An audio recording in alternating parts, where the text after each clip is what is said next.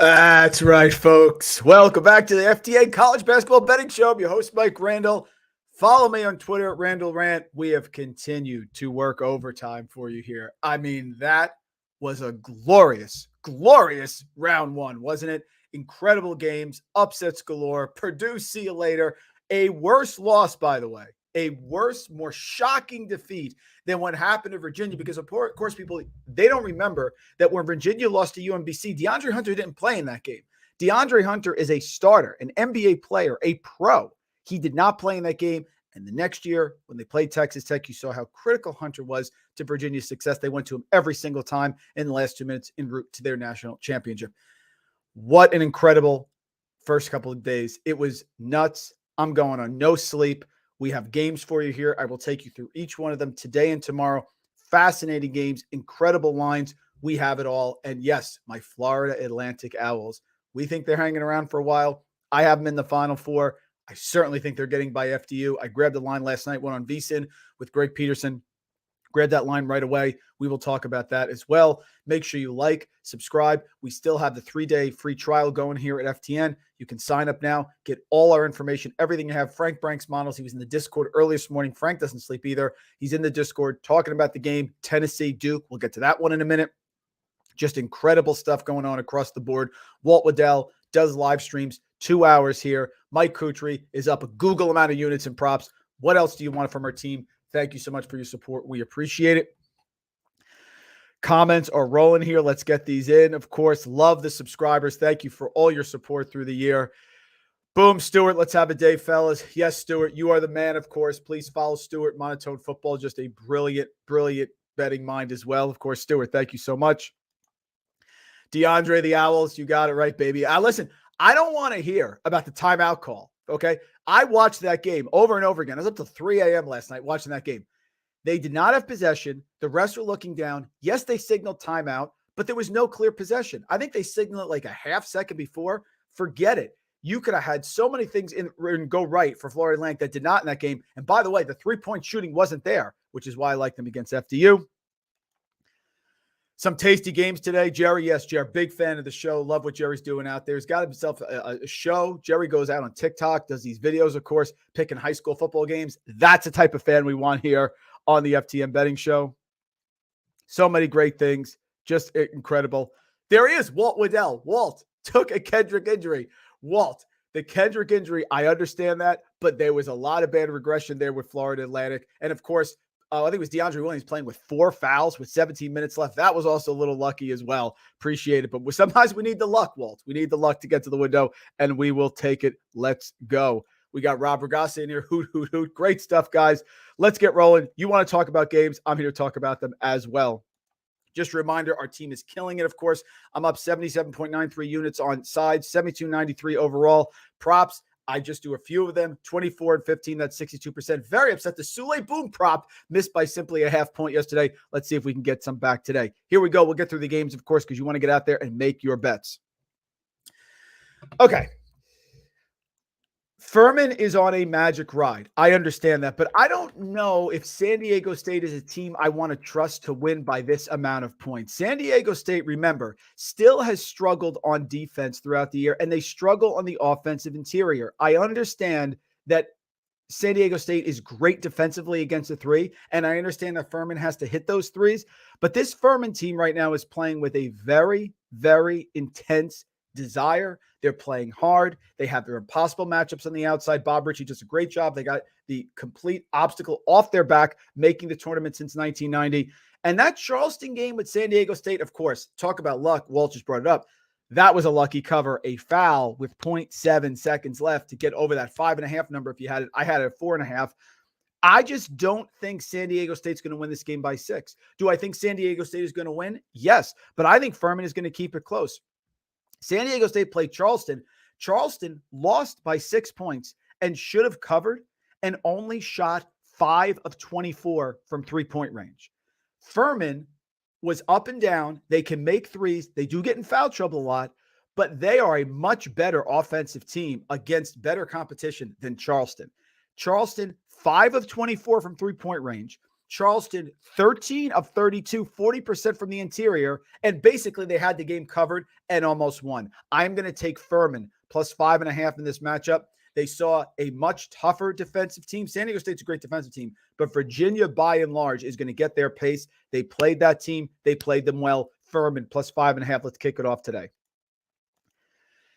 This one I flip-flopped on, and I was talking to my brother-in-law, Joe Polino, about this, and we were going back and forth late last night. This one I kind of flip-flopped on. He's got the Jesuit Jam shirt, by the way, my brother-in-law, Joe Polino, that he is scalding hot right now with our bets here at FTN, that he's not changing. It's got to be 3 days in a row he's wearing the Jesuit Jam shirt from Loyola Chicago. Unbelievable. Everyone is on Duke here, and I know I have been a negative person against Duke, and I've been fading Duke, and I wanted to take them here. I did. But Oral Roberts shot incredibly poor here. And Frank Brank was talking about this in our Discord as well. Oral Roberts shot incredibly poor in that game. Duke got up and just ran away from them.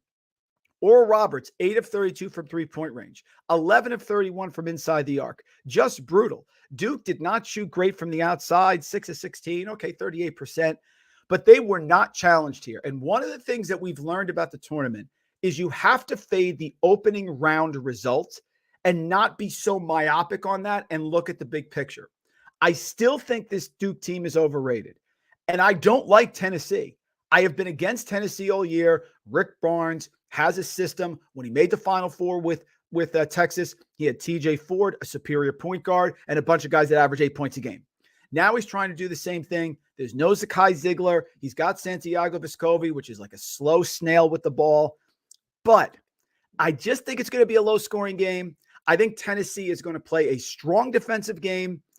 This still is a young Duke team. And most importantly, guys, the overwhelming about of bets and money is on Duke in this matchup. I liked Duke last night, but then I did the numbers throughout the night. I like Tennessee. I am going with Tennessee plus 3.5. It doesn't feel great, but I just think that the major reaction is what just happened. And I believe that if you watch teams the entire year, Florida Atlantic, that I think you should follow that instead of just going with a knee-jerk reaction. So we will take Tennessee plus 3.5 in what I think is a low-scoring game. Nothing against Duke. They're playing great. And trust me, do you not think I would love to see Florida Atlantic and Duke in Madison Square Garden in the Sweet 16? I would love nothing more because you know where I'd be going there. But in this case, I think Tennessee's a little undervalued. I think they can play well with Duke. I think they're a veteran team. I think Duke is still young. Shire's first year, knee-jerk reaction, big win. Take Tennessee plus 3.5. Get those comments in here, and I will get them up as well. All over Arkansas. You can't tell me that not having the best coach in college basketball on the sideline is something we can just overcome. You can't tell me that. Arkansas, the key player for Arkansas is Ricky Council. Ricky Council has been their go-to scorer the entire season. He's exhausted. He was tired. He was shooting poorly from the field. Now, refreshed and replenished. That's what Ricky Council is. He looked great. They had that game in hand from start to finish. Arkansas did in the first round. Played great. They're starting to make some shots as well. And of course, the key in that win is not only did they win that game, but they didn't really get huge production from Nick Smith either. Arkansas beats Illinois 73-63, comfortable cover for the most part. And in that game, if you look at the scoring, Council, 18 points. You know what I like about Council? He was only 2 of 6 from the field. What does that mean? He's attacking the basket. And that's what you have to do against Kansas because Kansas doesn't have a lot of depth. Kevin McCullough played really well for Kansas. I get that. But he still has those back spasms. It's still lingering in the back of my mind. Anthony Black, super solid. The freshman, 12 points, 6 rebounds, 3 steals. Devontae Davis, 16 points, was a great shooter that game. Nick Smith, only 6 points. They are not that deep, but they're playing well. The Must Bus has got rolling here. I like Arkansas a lot, plus 4.5 against Kansas. I don't know if Self's on the sideline. I just think at some point this is going to catch up to them. We have seen Kansas walk this line as a shallow team with not a lot of depth. Now you're playing an Arkansas team that is going to dribble and attack the basket, rebound with you. It's a close game, 4.5. I like Arkansas in this matchup. Here's another one. I loved Missouri over Utah State. Told you that one from start to finish. Mountain West, fade them into oblivion, please. What are they, 1-13 in the first round and first four since 2016? Enough of the Mountain West. Get them out of here. San Diego State hanging around, but everyone else, forget it. Missouri is not a great defensive team, and they can attack you on the perimeter. But Princeton, with this incredible win just now, winning their opening round game, even in that situation, they didn't look great. I don't think they were fantastic, but they got the job done against Arizona. In that matchup, Princeton, only 4 of 25 from three-point range. In that matchup with Princeton, they held Arizona to 3 of 16 from deep, and they forced 13 turnovers against Arizona. Now, I don't like Arizona's guards, but I'm not sure that we're laying that amount of points with Missouri here. A Missouri team that, yes, great job by Dennis Gates, came over from Cleveland State, number 10 in two-point efficiency, difficult matchup. Kobe Brown, really tough, three-point shooting, the whole thing, but they ranked 240th against a three-pointer, which is good for Princeton. They ranked 284th in the interior, and Princeton has the most impossible matchup in Tosan Abuman inside. Tosan Abuman, incredible Ivy League player of the year, 16 points, 6 rebounds, 5 assists, just an impossible matchup. Princeton will shoot better. Missouri can get to the basket on them. I like Princeton. I don't trust Missouri. We've seen them be up and down here. 6.5 with Missouri. We're laying 6.5 with Missouri on the road. You look at Missouri this year on the road, their road games. Yes, they beat Georgia by 22. We know our thoughts on Mike White. They barely won at LSU. They wouldn't have covered that. They did win at Tennessee by 1.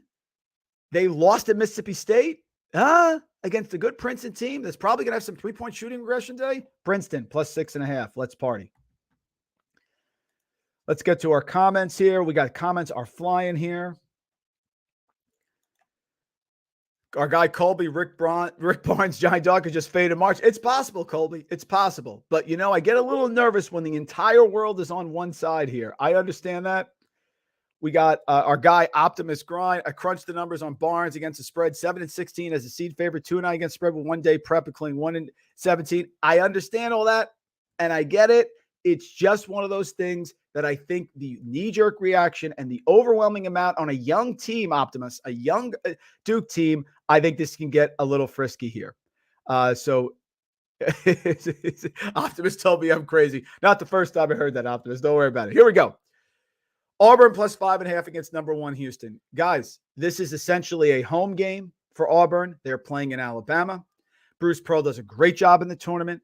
There is no Marcus Sasser. He should not have played. That was a critical mistake. And you saw Kelvin Sampson after the game. He was downtrodden. They beat Northern Kentucky, and he was just exacerbated in that postgame because he shouldn't have played Sasser. He also mentioned that Shed may have an injury. This is a team that struggles. They got blitzed by Memphis. Now they're playing Auburn, 5.5 points. The Auburn Broom inside will be solid. The guards have to play. Flanagan did not show up for one of my cousin's picks as well. He had a prop on Flanagan. Not it is over, which killed a parlay, by the way, but don't bet parlays. They're fun, but I wouldn't do them. You got Flanagan. You got Green.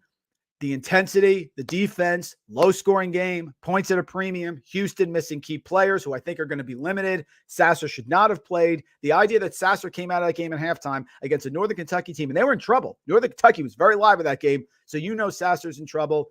Don't like Shed. Don't like the mojo. Don't like Houston and Bakley a road spot. I'm taking Auburn plus 5.5. Yes, I know it is an awful lot of underdogs, but that's what you're going to get here because I think these games are super close, and the results have played it out.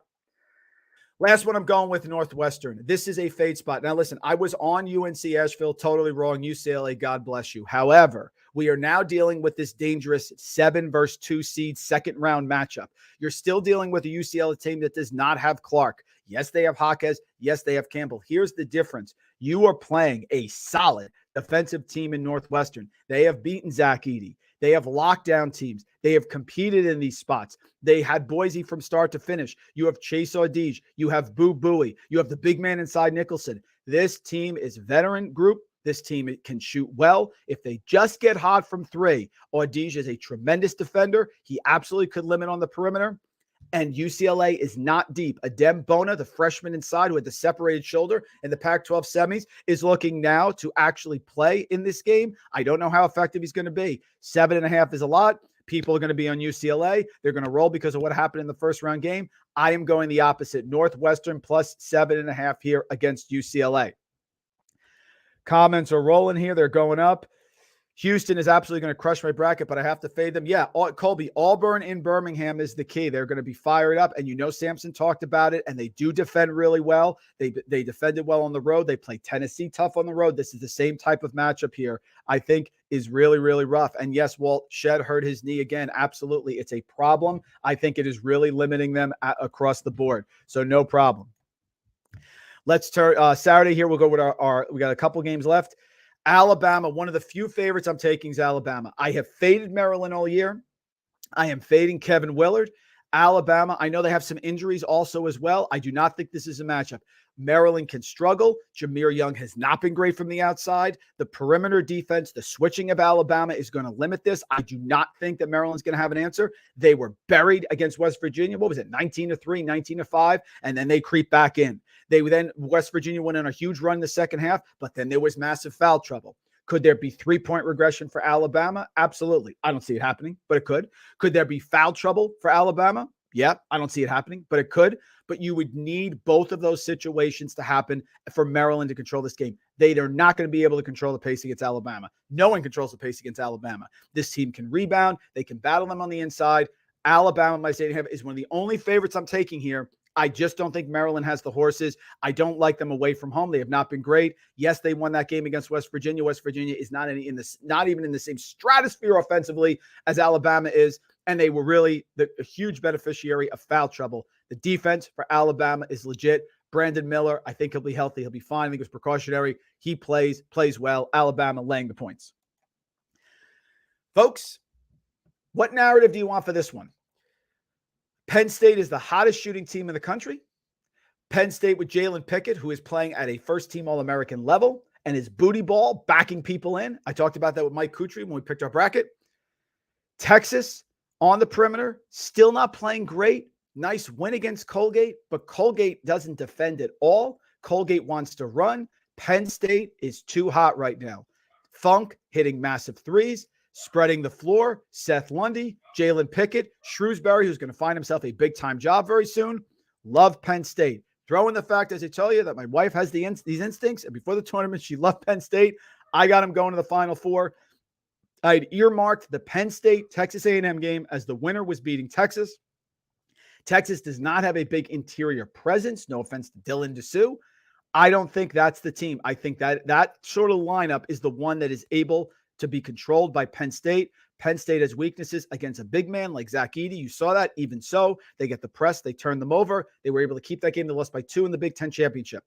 Penn State right now is shooting too well. Penn State is hot. They have a great coach in Shrewsbury. I don't trust Texas. You know my thoughts on their identity. Fantastic season for Texas. I don't think they're going far. They don't have an interior game. And if you're going to match up with Penn State, no one right now is playing better with the guard-heavy lineup than the Penn State Nittany Lions. Give me Penn State plus 5.5. Pittsburgh's going to continue to roll. Xavier was lucky to escape in that game against Kennesaw State. They came back late. I like this Pittsburgh team.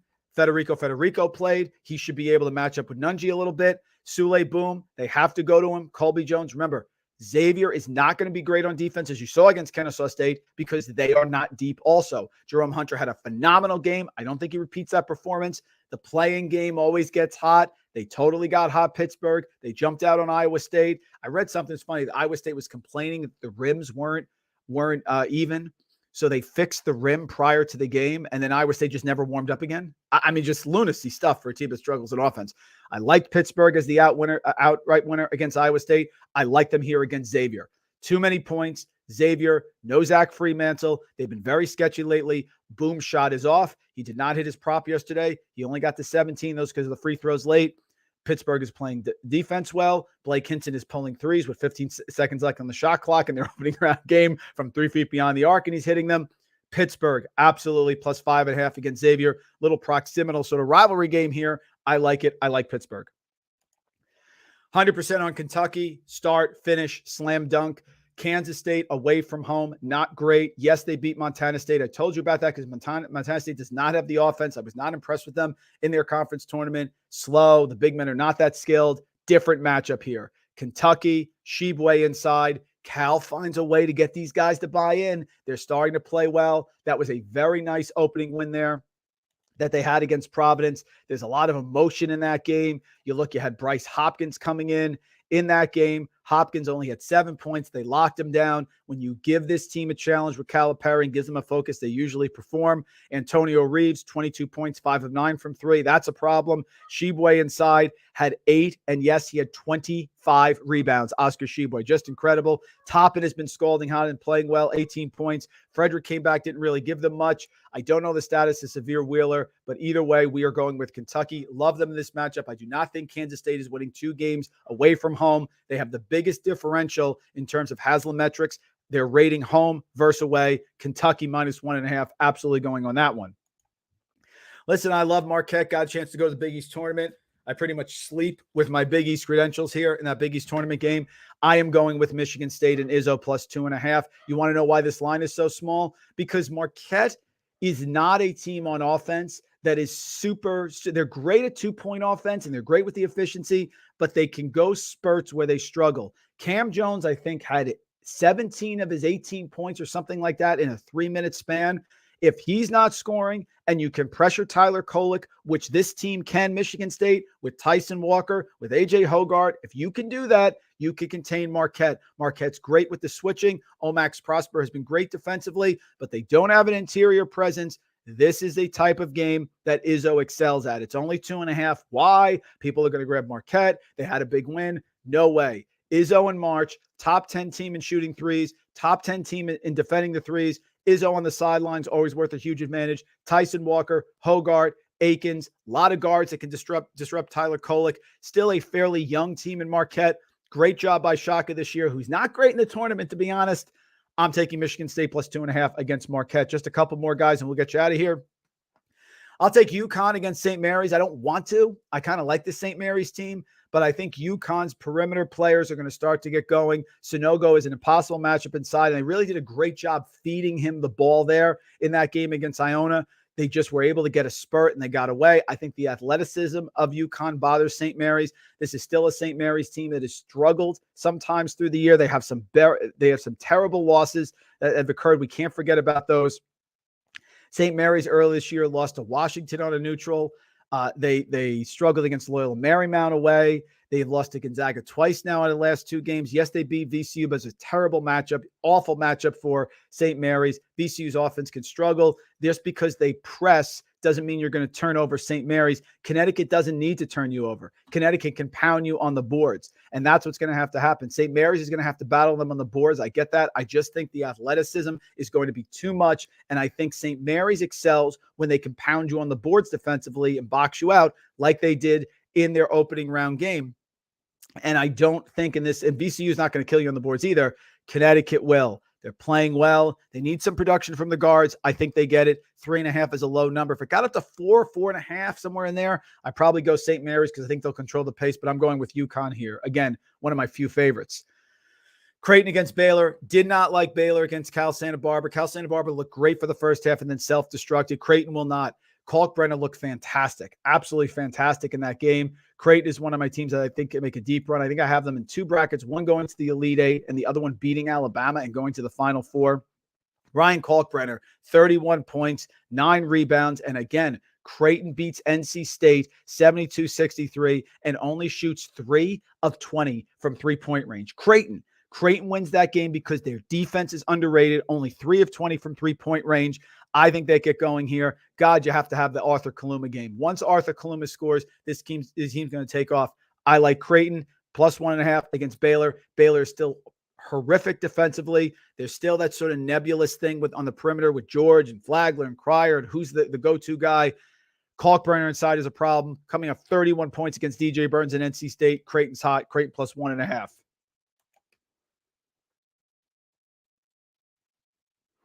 Florida Atlantic. That was the game. If Memphis won that game, I would have put Memphis through against Purdue. I told you that. Florida Atlantic is the real deal. Great three-point shooting, great three-point defense. Definitely had some jitters, a lot of slipping, some turnovers early.